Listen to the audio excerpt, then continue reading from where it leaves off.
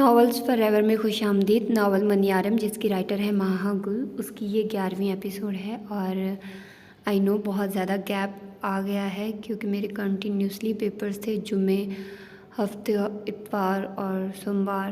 آج بھی پیپر تھا 11 بجے اور وہ میں دے کر آئی ہوں اور اس وقت لٹرلی میرا سر پھٹ رہا ہے کیونکہ 3 دن سے رات کو تو میں سو ہی نہیں سکی نا، اور 2 دن پہلے جو بی ایڈ کے پیپرز تھے ہفتے اتوار کو، اس میں تو اس میں بھی ایز سچ نہیں سوئی ہوں، تو سر جو ہے نا وہ پھٹنے کے قریب ہوا ہے۔ اور ریکارڈنگ اس لیے کر رہی ہوں کہ آئی نو بہت زیادہ گیپ آ چکا ہے اور اس کا ڈیوریشن میں نے کم کر دیا ہے، کیونکہ ہوتا یہ ہے کہ اگر میں 3 ایپیسوڈز اکٹھی ریکارڈ کر لوں تو ان کو پھر سیو ہونے میں، اپلوڈ ہونے میں بہت ٹائم لگتا ہے، اور یہاں کا جو نیٹ والا سسٹم ہے نا بہت خراب ہے ہاسٹل میں، اور سیم چلتی نہیں کہ آپ اپنا پیکیج کر لو اور اپلوڈ کر لو۔ تو میں نے یہی پریفر کیا کہ ایک ایپیسوڈ پہلے میں اس کو کروں گی ریکارڈ، پھر اس کو ایڈٹ کر کے سیو پر لگا دوں گی، کیونکہ اس کے سیو ہونے میں بھی کافی ٹائم لگتا ہے، اور نئی ریکارڈ کر لوں گی۔ ابھی بھی ایک میری جو ہے وہ ناول وہ ہو رہا ہے، حالم ناول، وہ سیو ہو رہا ہے، ایڈٹ کیا تھا نا اس کے بعد یہ سیو ہو رہا ہے، تو وہ ٹائم ٹیکنگ ہے کافی، اس کے بعد اپلوڈ کرنا وہ بھی ٹائم ٹیکنگ ہے۔ تو میں پریفر یہی کر رہی ہوں کہ زیادہ ویڈیوز دے دوں لیکن ڈیوریشن کم رکھوں تاکہ آپ لوگوں کو آج مل جائے، کیونکہ مجھے پتہ ہے کہ آپ لوگ اتنے دن سے انتظار کر رہے ہو اور بہت آرام سے کام طریقے سے مجھے اتنا تنگ نہیں کر رہے ہو، انڈرسٹینڈ کر رہے ہو کہ میں بزی ہوں، تو مجھے بھی اب اس چیز کا خیال رکھنا چاہیے، اسی لیے میں آپ لوگوں کو شارٹ ویڈیوز دے رہی ہوں لیکن زیادہ دے رہی ہوں۔ آج آپ لوگوں کو 3 ویڈیوز ملیں گی، تھوڑی دیر تک اگلی ویڈیو بھی مل جائے گی اگر نیٹ ہوا تو۔ ابھی اذان آ گئی تھی تو پھر میں نے چھوڑ دیا، ریکارڈنگ سٹارٹ نہیں کی، تو اب اذان ختم ہوئی ہے تو چلیں آئیں جلدی سے سٹارٹ کرتے ہیں اس ایپیسوڈ کو۔ گاڑی ایک جھٹکے سے خان حویلی کے گیٹ کے باہر رکی تو بہرام شاہ نے گردن ترچھی کر کے روشنیوں میں نہائی خان حویلی کے کھلے گیٹ کی جانب دیکھا۔ گیٹ کے دونوں اطراف 5 سے 10 قدم کے فاصلے پر گارڈز بندوقیں تھامے اطراف میں جائزہ لیتی نظروں سے دیکھتے کھڑے تھے۔ مردان خانے کا دروازہ دوسری جانب اور مردوں کے لیے مہندی کا سارا انتظام ڈیرے پر ہونے کی وجہ سے وہاں گارڈز کے علاوہ کوئی مرد موجود نہیں تھا۔ مہندی کی رسم کے لیے لڑکیاں حویلی میں داخل ہو رہی تھی جبکہ چھوٹی بچیاں بچے گیٹ کے باہر کھیل میں مصروف تھے۔ جانے سے 15 منٹ پہلے مجھے بتا دیجیے گا، اسٹیئرنگ پر ہاتھ رکھے بہرام شاہ نے نئے محسوس انداز میں اطراف میں نگاہ دوڑاتے نرم لہجے میں اپنے بائیں جانب بیٹھی سمرین بیگم سے کہا تو انہوں نے سر اسبات میں ہلایا تھا جیسے گاڑیوں کی قطاریں لگی ہوئی ہیں۔ مجھے لگ رہا ہے مہمان زیادہ ہوں گے، عقیدت بھی بتا رہی تھی، تو مجھے لگ رہا تھا کہ ملنے ملانے میں کافی وقت لگ جائے گا۔ کیا تم تب تک گاڑی میں بیٹھے رہو گے؟ نہیں، مجھے کسی کام سے جانا ہے، اسی لیے کہا ہے کہ جب آپ فری ہونے لگے تو 10-15 منٹ پہلے بتا دیجیے گا تاکہ میں وقت پر پہنچ جاؤں۔ بہرام شاہ کے کہنے پر سمرین بیگم نے سر اسبات میں ہلایا۔ اس سے پہلے سمرین بیگم گاڑی کا دروازہ کھول کر نیچے اترتی کہ بہرام شاہ نے ہاتھ کے اشارے سے انہیں روکتے خود گاڑی سے اتر کر ان کے لیے دروازہ کھولا، جبکہ اپنے پیچھے رکی گاڑیاں جن میں شاہ حویلی میں مہمان آئی لڑکیاں موجود تھیں انہیں باہر نکلنے کا اشارہ کرتے وہ گیٹ کے باہر کھڑے گارڈز کی جانب متوجہ ہوا۔ حویلی میں کون کون ہے؟ ویسٹ کوٹ کے بٹن کھولتے سیاہ مقناطیسی چمکلی آنکھوں کو اطراف میں دوڑاتے ہلکی بیئرڈ پر انگوٹھا رب کرتے سرسری لہجے میں استفسار کیا تو گارڈ نے اپنے سامنے کھڑے بہرام شاہ کو دیکھتے حلق تر کیا تھا۔ وہ صاحب اندر اس وقت شہر سے آئی مہمان عورتیں اور کچھ اس پاس کے گاؤں سے خان صاحب کے خاندان والوں کی عورتیں، اپنی بندوق کو مضبوطی سے تھامے خشک ہونٹوں کو تر کرتے گھبرائے لہجے میں جواب دیتا وہ بہرام شاہ کے ہاتھ کے اشارے سے رکا تھا۔ حویلی میں اس وقت مردوں میں سے کون کون ہے اور کتنی تعداد ہوگی مہمانوں کی؟ بہرام شاہ کی آنکھوں میں سختی اور سپاٹ لہجے کو سنتے گارڈ نے بے ساختہ قدم پیچھے لیے تھے۔ زیادہ نہیں، مہمانوں اور گھر والوں کو ملا کے تقریباً اور ملازمہ 8-10 ہوں گی، اور مرد کوئی نہیں، صرف عورتیں۔ ابھی وہ اپنی بات مکمل کرتا کہ بہرام شاہ کا دایاں ہاتھ اٹھا تھا اور ایک مکے کی صورت میں گارڈ کے چہرے پر نشان چھوڑتا چلا گیا، جبکہ گارڈ لڑکھڑاتے ہوئے پیچھے دیوار سے جا لگا تھا۔ گارڈ کا مطلب حفاظت کرنے والا ہوتا ہے۔ حویلی میں موجود چاہے مرد ہیں یا صرف عورتیں، تمہاری ذمہ داری ان کی حفاظت کی ہے، نہ کہ ہر راہ چلتے کو ان کی تعداد بتانے کی۔ से आंखों में खून लिए दबे दबे लहजे में धारता वो सबको कांपने पर मजबूर कर गया था, जबकि गार्ड ने खौफ से सफ़ेद पड़ते सर इस बात में लाया था। अब चाहे तुम्हारे सामने बहराम शाह हो या जरगाम खां, इस सवाल के जवाब पर तुम्हारे मुंह से एक लफ्ज़ ना निकले, उंगली उठाए सर लहजे में कहा। तो गार्ड ने बिला ताख़ीर से सर हिलाया था। शाह साहब जाने दें, आज पहला दिन है इसका। गार्ड्स का सुपरवाइज़र, जो कि काफ़ी सालों से हवेली और डेरे की हिफाजत पर मामूर था, बहराम शाह के बारे में सुनता तकरीबन भागते हुए वहाँ आया था, जिसकी आवाज़ सुनते बहराम शाह ने गर्दन तिरछी करते उसे देखा था। वो 50-55 साल का बुजुर्ग था, जिसकी वर्दी का रंग दूसरे गार्ड्स की स्याह वर्दी से मुख्तलिफ सब्ज़ था। वो गेट पर खड़े होकर ड्यूटी नहीं करता था, वो सिर्फ गार्ड्स की ड्यूटी टाइमिंग को मैनेज करता और उनके खाने पीने का ख्याल रखता था। आज पहला दिन है और आपने इसे गेट की ड्यूटी पर रख दिया। जरगाम खान को इसके बारे में मालूम है? दोनों हाथ पीछे कमर पर बांधते लहजे को हद्दुल इम्कान नरम करते इस्तफार किया। तो गार्ड ने सर इस बात में लाया था। जी साहब, सरदार साहब का ही हुक्म था कि इसे यहाँ ड्यूटी पर रखा जाए। हमने तो मशवरा दिया था कि डेरे के बावर्ची खाने में इसकी ड्यूटी लगा दें, खाना बनाने वालों का भी एतबार नहीं, लेकिन सरदार ने इनकार कर दिया। हाँ, बावर्ची खाने में लगवा दो ताकि सबका एक साथ ही ऊपर का टिकट कटा दे, मुंह में बुड़बुड़ाते सर नफ़े में लाया था। इसे मेरी गाड़ी में बिठाओ और गार्ड से कहो शाह साहब की ख़ास जगह छोड़ आए इसे।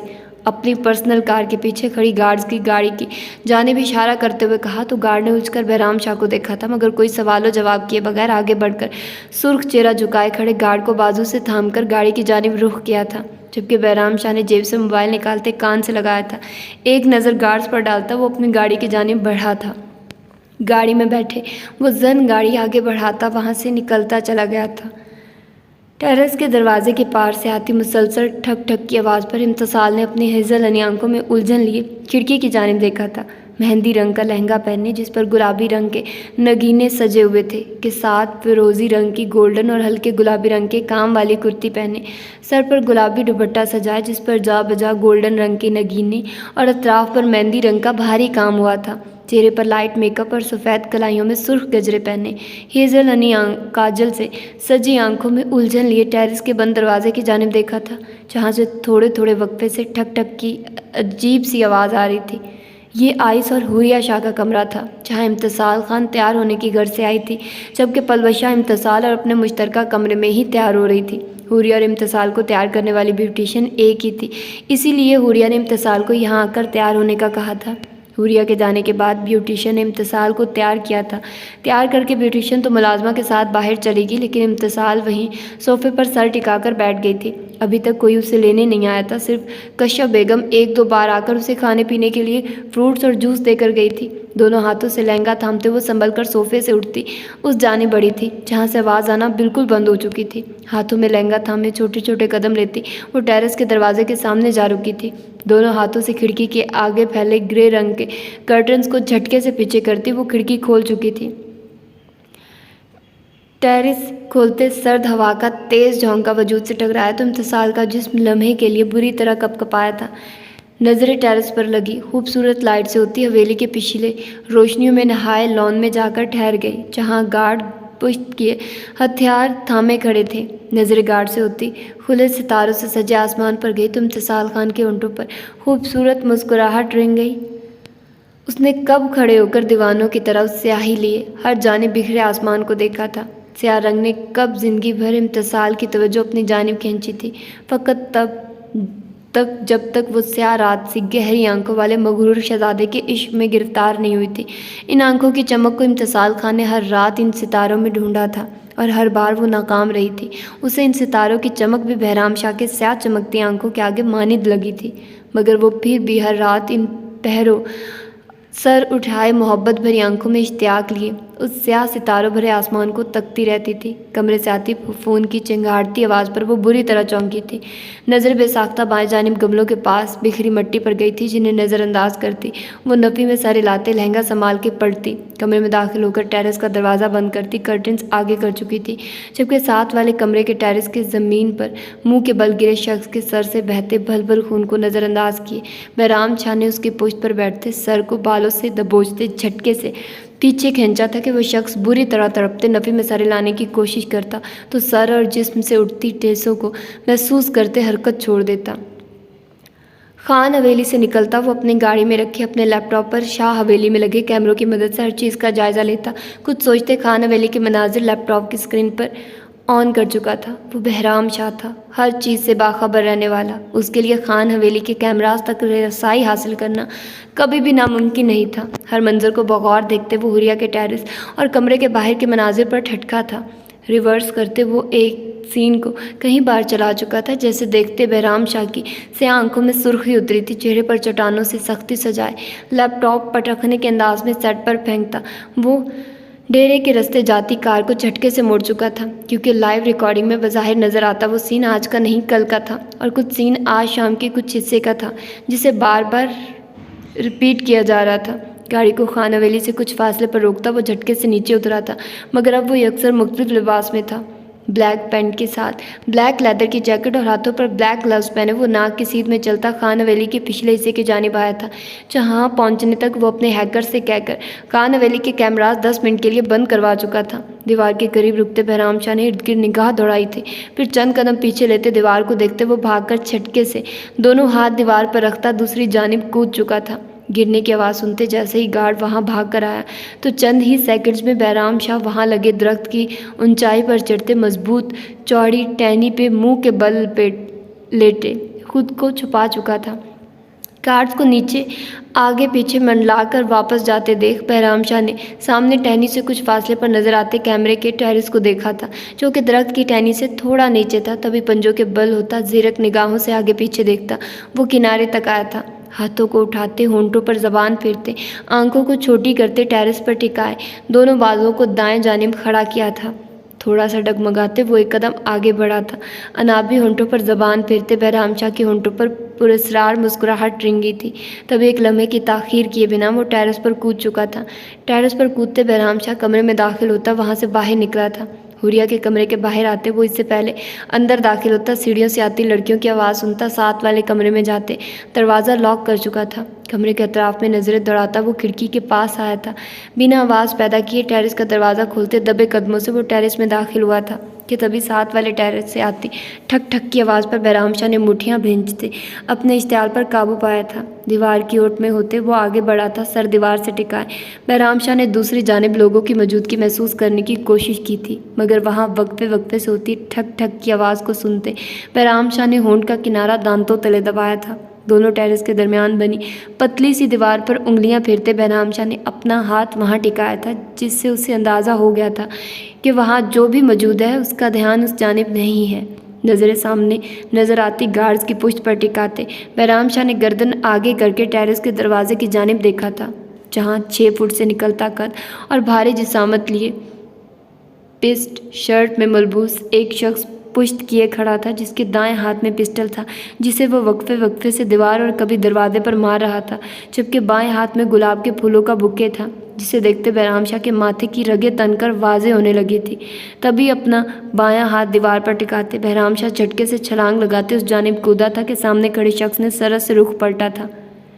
گھر چاہیے خان کا ہے، لیکن عزت شاہ کی ہے، دبے دبے لہجے میں گھرا کر کہتے سامنے والے کو سمجھنے کا موقع دیے بغیر بہرام شاہ نے آگے بڑھتے اپنا گھٹنا اس کے پیٹ میں مارا تھا، جس سے اس شخص کے ہاتھوں میں موجود دونوں چیزیں نیچے گرتی۔ اس سے پہلے بہرام شاہ نے پسٹل کو پکڑتے اپنی کونی اس کی ریڑھ کی ہڈی میں ماری تھی کہ وہ منہ کے بل گرا تھا۔ نیچے گرے پھولوں کو اٹھاتے بہرام شاہ نے قہر بھری نظروں سے دیکھتے ساتھ والے ٹیرس پر پھینکا تھا۔ تبھی نیچے گرے شخص نے ہاتھ بڑھا کر گملہ اٹھانا چاہا تو بہرام شاہ نے خون آشام نظروں سے دیکھتے اپنی جیب سے انجیکشن نکالتے اس شخص کے پلٹنے سے پہلے اس کی گردن میں لگایا تھا کہ گملہ اس کے ہاتھ سے نیچے گر کر ٹوٹتا۔ اس سے پہلے بہرام شاہ نے اسے پکڑا تھا، لیکن گملے سے نکلتی مٹی ارد گرد پھیل چکی تھی، جسے ہونٹ بھینچ دیکھتے بہرام شاہ نے گردن ترچھی کیے زمین پر لیٹے ہاتھ پاؤں مارتے شخص کو دیکھا تھا۔ آگے بڑھ کر ایک جھٹکے سے اسے اپنے کندھے پر اٹھاتے وہ دیوار سے دوسری جانب دھکیل چکا تھا۔ خود بھی دوسری جانب آتے بہرام شاہ نے اپنی پیشانی پر ہاتھ پھیرتے اپنی قہر بھری نظروں سے اس شخص کو دیکھا تھا۔ تبھی آگے بڑھتے اس کے بعد دائیں ہاتھ میں دبوچتے اس کا سر پوری شدت سے زمین پر مارا تھا کہ خون فوارے کی مانند سر سے نکلتا جاں بجا پھیلنے لگا تھا۔ بہتے خون کو دیکھتے بہرام شاہ کا خون مزید کھولا تھا، اسی لیے نہ جانے وہ کتنی بار اس شخص کا سر زمین پر مار چکا تھا۔ तभी दरवाज़ा खुलने की आवाज़ को सुनते बहराम शाह के हाथ थमे थे। कराते हुए शख्स के होंठों पर सख्ती से हाथ जमाए वो दूसरी जानिब मौजूद इम्तिसाल खान के जाने का इंतज़ार कर रहा था, मगर कुछ देर गुजरने के बाद भी वो ना गई तो बहराम शाह ने मजबूरन अपनी पॉकेट से मोबाइल निकालते उसे कॉल मिलाई थी। मुंह के बल गिरे शख्स के सर से बहते भल भल खून को नज़रअंदाज किए बहराम शाह ने उसकी पुश्त पर बैठते सर को बालों से दबोचते झटके से पीछे खींचा था कि वो शख्स बुरी तरह तड़पते नफ़े में सर हिलाने की कोशिश करता तो सर और जिस्म से उठती ठेसों को महसूस करते हरकत छोड़ देता।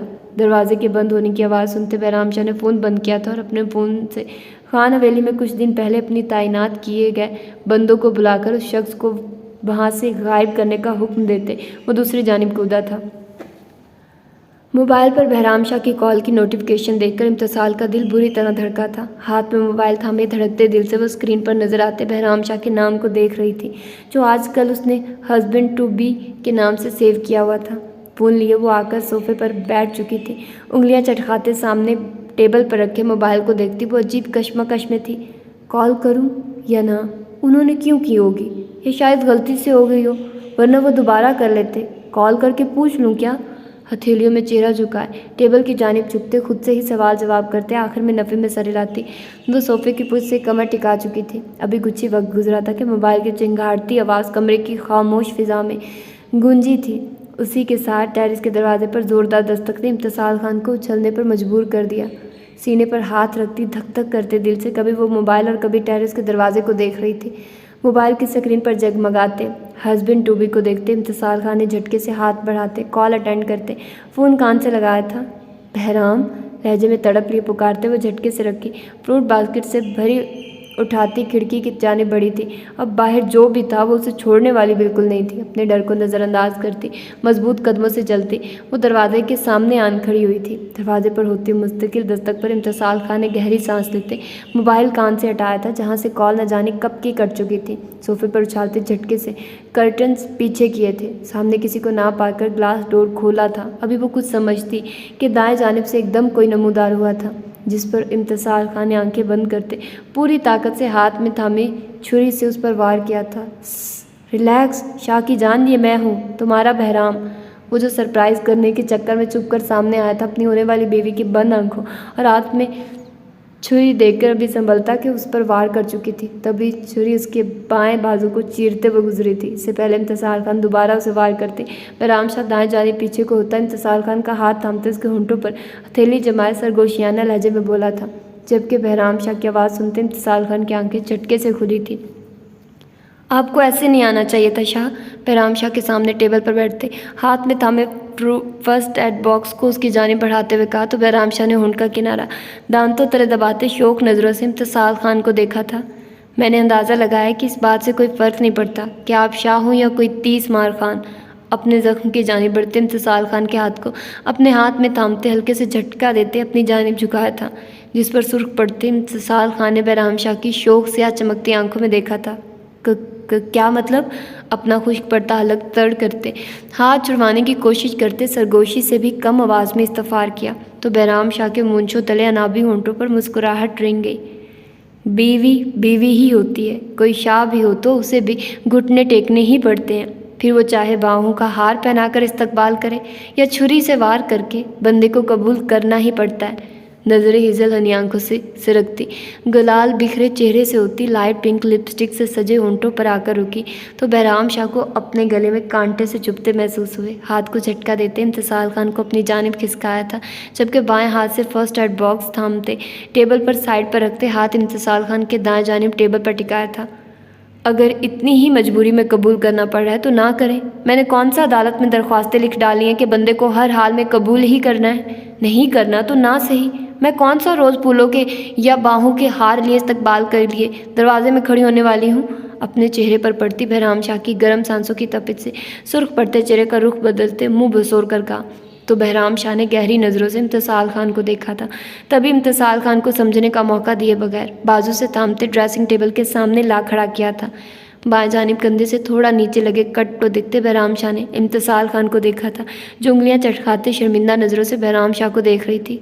शाह تکلیف ہوگی آپ کو کہ کیا کر رہے ہیں؟ بہرام شاہ کے ہاتھ تھامنے پر امتصال خان نے پلکیں اٹھا کر اسے دیکھا تھا، لیکن جب بہرام شاہ نے امتصال خان کا ہاتھ اپنے زخم پر رکھ کر دبایا تو امتصال خان نے پھٹی پھٹی آنکھوں سے اسے دیکھا تھا۔ جو تکلیف مجھے اس دن ہوئی تھی امتصال خان، وہ اس تکلیف کے آگے کچھ بھی نہیں۔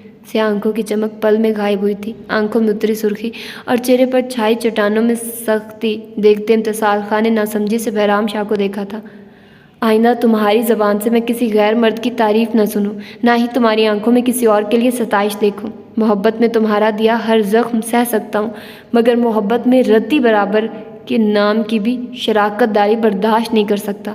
میں اس بات کا اعتراف کرتا ہوں کہ میں بہرام شاہ امتصال خان پر دل و جان سے فدا ہوں۔ میں تمہارے لیے کسی بھی حد تک جا سکتا ہوں۔ اگر تم امتصال خان، اگر تم مجھ سے دور ہوئی تو یقین رکھو کہ بہرام شاہ سب کچھ تباہ کر دے گا۔ دایاں بازو امتصال خان کی کمر پر سختی سے ٹکاتے اپنے لہجے میں چٹانوں سے سختی لیے ایک ایک لفظ چبا کر کہتے، وہ امتصال خان کے رونگٹے کھڑے کر چکا تھا۔ اپنی ریڑھ کی ہڈی تک سنسناہٹ محسوس کرتے امتصال خان نے اپنی سانس روکی تھی، جبکہ بہرام شاہ نے چہرہ جھکاتے امتصال خان کے وجود سے اٹھتی دلکش خوشبو کو اپنی روح تک اترتا محسوس کیا تھا۔ تنے تاثرات ڈھیلے پڑے تو ہونٹ کا کنارہ دانتوں تلے دباتے شوق نظروں سے امتصال خان کی حیرت سے پھٹی آنکھوں میں دیکھا تھا۔ امتصال خان کو یکٹک اپنی جانب دیکھتے پا کر آنکھ دبائی تو امتصال سٹپٹا کر پیچھے ہوئی تھی۔ اور میں نے بھی آپ کے بارے میں بالکل ٹھیک اندازہ لگایا تھا، بہرام شاہ کے سینے پر ہاتھ رکھ کر پیچھے دھکیلتے ناک سکوڑ کر کہا تو بہرام شاہ نے ابرو اچکا کر امتصال خان کو دیکھا تو جو یوں سجی سوری اس کے دل پر بجلیاں گرا رہی تھی۔ یہی کہ آپ صرف شکل کی حد تک ہی سوبر اور شریف ہیں، اندر سے پورے فلرٹ اور ٹھرکی ہیں۔ دونوں ہاتھوں میں لہنگا اٹھائے ٹیبل کی طرف جاتے منہ بسور کر کہا تو بہرام شاہ نے گھور کر امتصال خان کو دیکھا تھا جو کاٹن پر ڈیٹول لگائے بہرام شاہ کے زخم پر رکھ چکی تھی۔ باقی کی مرہم پٹی گھر جا کر کیجیے گا شاہ صاحب، ہونے والی بیوی کے ہاتھ سے ملا زخم ہے، کچھ دیر اس سے خون رسے، اتنا تو بنتا ہے۔ محبت میں تو انسان زہر کا پیالہ پی جاتا ہے، یہ تو پھر ایک چھوٹا سا زخم ہے۔ انگلی کو زخم کے ارد گرد دائرے کی صورت میں ٹریس کرتے نظر اٹھائے بہرام شاہ کی آنکھوں میں دیکھتے سرگوشی نما لہجے میں کہتے، آنکھ دبا کر ہلکا سا زخم دبایا تو بہرام شاہ نے بغور امتصال خان کے چہرے کو دیکھا تھا، جہاں کچھ دیر پہلے زخم پر ہاتھ رکھتے وقت تکلیف کے تاثرات اس وقت کہیں بھی نہیں تھے۔ ہونٹ کا کنارہ دانتوں تلے دبائے گردن ترچھی کرتے بازو کو دیکھا تھا، جہاں سے خون رسنا پھر سے شروع ہو چکا تھا۔ زہر کے پیالے کا بھی سوچ لیں گے، لیکن کل یہ شاہ صاحب کا جام پینے کا ارادہ رکھتا ہے، بس اس کی تیاری کر لیجیے گا۔ امتصال خان کو سمجھنے کا موقع دیے بغیر انگوٹھے کو امتصال خان کے ہونٹوں پر پھیرتے سرخی بکھیر کر معنی خیز لہجے میں کہا تو امتصال خان کان کی لو تک سرخ پڑتی جھٹکے سے پیچھے ہوئی تھی، جسے دیکھتے بہرام شاہ نے بامشکل اپنا کہکہ ضبط کیا تھا اور پھر ایک گہری نگاہ امتصال خان کے سراپے پر ڈالتا وہاں سے نکلتا چلا گیا تھا، جبکہ امتصال خان نے آگے بڑھتے ٹیرس کا دروازہ بند کیا تھا۔ ماشاءاللہ ہماری پلوشا تو چاند کا ٹکڑا لگ رہی ہے، پلوشا کے سر پر پیار کرتے محبت بھرے لہجے میں کہا تو پلوشا نے شرما کر سر جھکایا۔ لیمن کلر کا خوبصورت شرارہ پہنے جس پر گولڈن اور گرین کلر کا کام اس کی دلکشی میں اضافہ کر رہا تھا، سر پر گرین کامدار بھاری دوپٹہ سجائے، ہاتھوں میں بھر بھر کر مہندی لگائے، پٹھانی نقوش والے گلابی چہرے پر لائٹ میک اپ کیے، خمدار پلکوں کی اوٹ میں گہری نیلی آنکھوں کو چھپائے، ہونٹ کا کنارہ دانتوں تلے دباتی شہزادیوں سا حسن لیے وہ نظر لگ جانے کی حد تک خوبصورت لگ رہی تھی۔ سمرین بیگم نے بغور پلوشا خان کے معصوم چاند سے روشن چہرے کو دیکھا تھا۔ وہ معصوم تھی اور مختلف بھی، ان سب سے مختلف۔ اس میں حسن کے علاوہ بھی ضرور ایسا کچھ تھا کہ نظریں اس کے چہرے سے ہٹنے سے انکاری ہو جاتی تھی۔ اس کی سمندر سے گہری نیلی آنکھیں یا کچھ اور، کچھ تو تھا جو راز تھا، کچھ تو تھا جو سامنے آنا ضروری تھا۔ اس کا چہرہ معصومیت لیے ہوئے تھا، مگر اس کی آنکھیں کچھ اور کہہ رہی تھی، کچھ ایسا کہ جو وہ نہیں سمجھ پا رہی تھی۔ حلیمہ خود نہیں آئی اپنی اکلوتی بہو کے لیے مہندی لے کر؟ مقدس بیگم کی آواز پر سمرین بیگم نے چونک کر انہیں دیکھا تھا، جو ان کے پاس سے گزرتی آگے بڑھ کر پلوشا کے سر پر پیار کر رہی تھی۔ آنا تھا، لیکن خان حویلی کی بہویں مہمان بن کر رہ گئی تھی، وہ ان کی مہمان نوازی میں مصروف تھی، اور پلوشا صرف حلیمہ کی ہی بہو نہیں، میری بھی ہے، شاہ حویلی کی بہو ہے، حلیمہ ہے یا میں، ایک ہی بات ہے۔ سمرین بیگم نرم لہجے میں گویا ہوئی تو مقدس بیگم نے ہنکارا بھرا تھا، جبکہ مبین بیگم نے کمرے میں داخل ہوتے سلام کیا تو سمرین بیگم نے آگے بڑھ کر انہیں گلے لگایا تھا، جس پر وہ جذب و ذوتی گلے لگ کر پلوشا کی جانب بڑھی تھی۔ कश्यप हमारी दूसरी बेटी को तो बुलाओ, मैं उसे भी देख लूँ कि हमारे बहराम की दुल्हन कैसी लग रही है। सारा वक्त तो मेहमानों को मिलने में लग गया, अब रस्म तक रुकना मेरे लिए बहुत मुश्किल है। इसीलिए इम्तिसाल को ले आओ ताकि उसे देखकर फिर हम लोग निकलें। वहाँ भी सब इंतज़ार कर रहे होंगे। समरीन बेगम सोफे पर बैठती कश्यप बेगम से मुखातिब हुई तो उन्होंने दरवाजे की जानिब देखा था। बस लड़कियों को भेजा है, आ ही रही होगी। कश्यप बेगम के मुस्कुराकर जवाब देने पर मुकद्दस बेगम ने कीना तूज नज़रों से उन्हें देखा था और फिर एक नज़र पलवशी पर डालते कमरे से निकलती चली गई, जैसे कश्यप बेगम के साथ समरीन बेगम ने भी मुकम्मल नज़रअंदाज किया था। शाम हर सू अपने पर फैलाए हुए थी। डूबते सूरज की सुर्खी अंधेरे में ढलते आसमान पर बिखरी हुई थी। सरसब्ज पहाड़ों के दरमियान से बहते नीले पानी का शोर बरपा करता, पानी का बहाव चट्टानों से टकराता आगे बढ़ता जा रहा था।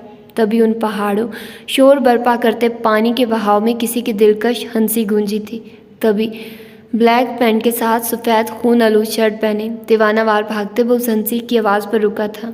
जाना कर्बज़दा आवाज़ में वो धाड़ा था कि वो गूंजती दिलकश हंसी थम गई थी। हर तरफ खामोशी छा गई थी। तभी तेज़ हवाओं के सरसराने की आवाज़, पानी की तेज़ बहाव की आवाज़ मज़ीद तेज़ हुई थी। अपने खून आलूद हाथों को नम हाथों से देखते वो फिर आगे की सिमत बढ़ा था। तुम्हें पता है बलाज, ला इलाज मर्ज़ कौन सा है? कानों में सरसराती हुई आवाज़ गूंजी तो उसके कदम जैसे ज़मीन ने जकड़े थे। खुश गले में जैसे कांटे से चुभते महसूस हुए थे। गहरी रात सी स्याह आंखें सुर्ख हुई थी, अनाबी होंठ कपकपाकर सख्ती से पेवस्त हुए थे। इश्क ला हासिल की चाह फिर से सरगोशी गूंजी थी और फिजा में गूंजती वो दिलकश हंसी लम्हा बलम्हा दूर होती जा रही थी। पलाशा नफ़ी में सर हिलाते झटके से पलटता दीवाना वार उसकी जानिब बढ़ा था। तुमने मुझसे सब छीन लिया बलाज, मैं कभी माफ़ नहीं करूँगी। हुरिया शाह की सख्ती आवाज़ पर वो झटके से रुका था। पूरा जिस्म पसीने से शराबूर हुआ था। आंखों में बेयकीनी लिए उसने पलटकर हुरिया शाह को देखा था, जो घुटनों के बल ज़मीन पर बैठी उंगली से लकीरें खींचती बेआवाज़ रो रही थी। कदम बुरी तरह डगमगाए थे। वो लड़खड़ाकर चंद कदम पीछे हुआ था। नज़रें हुरिया के झुके सर से होती बेचैनी से अतराफ में घूमती उस आवाज़ को ढूंढ रही थी। अभी वो कदम हुरिया की जानिब बढ़ाता कि उसका वजूद हवा में तहलील होता गुम हुआ था, जिसे देखते पलाशा ने अपने बाल मुट्ठियों में जकड़े थे।